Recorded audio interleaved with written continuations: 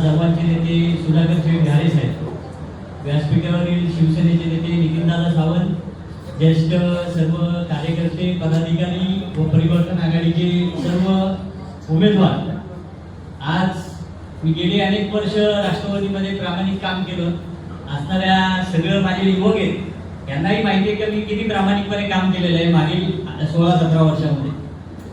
येणारी निवडणूक असेल, विधानसभा झाली, लाड साहेबांवर मनापासून प्रेम केलं, नेते म्हणून त्यांच्यासाठी प्रामाणिक काम केलं.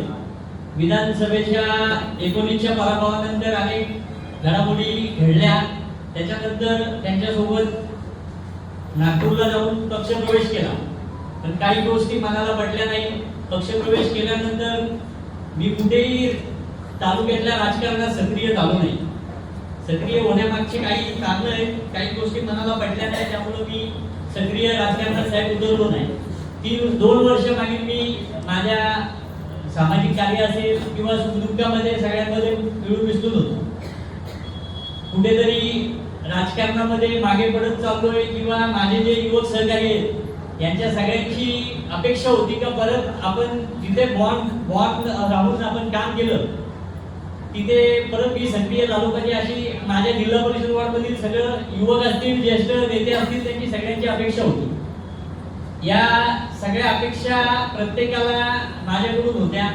कुठेतरी युवकांचं मन हे होत होतं की बाबा कुठेतरी तू सक्रिय झालं पाहिजे, मागे पडत चाललाय राजकारणामध्ये. कुठलीही अपेक्षा न करता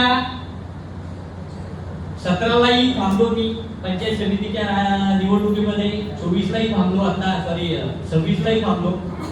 पण येणाऱ्या निवडणुकीमध्ये आपले जिल्हा परिषद वॉर्डचे जे काही उमेदवार आहेत, परिवर्तन आघाडीचे सुवर्णाताई आहेत ठाकरे, संदेश हजारे आहेत, श्रीखंडेताई आहेत, यांचं प्रामाणिकपणे काम करून जास्तीत जास्त मताधिक्याने माणगाव जिल्हा परिषद वॉर्डमधील परिवर्तन आघाडीचे 3 उमेदवार असतील, यांचं प्रामाणिक काम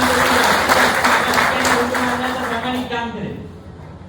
साहेब, एवढीच अपेक्षा आहे की आम्हाला उमरोली जिल्हा परिषद वॉर्डमधला जे आमचे कार्यकर्ते निवडून येतील, जे आमचे कार्यकर्ते असतील, त्या कार्यकर्त्यांना आपल्याकडून सुधाकर शेठ असतील यांच्याकडून आम्हाला मदत होते, पण आपल्याकडूनही आमच्या कार्यकर्त्यांना ताकद मिळावी एवढीच अपेक्षा करतो.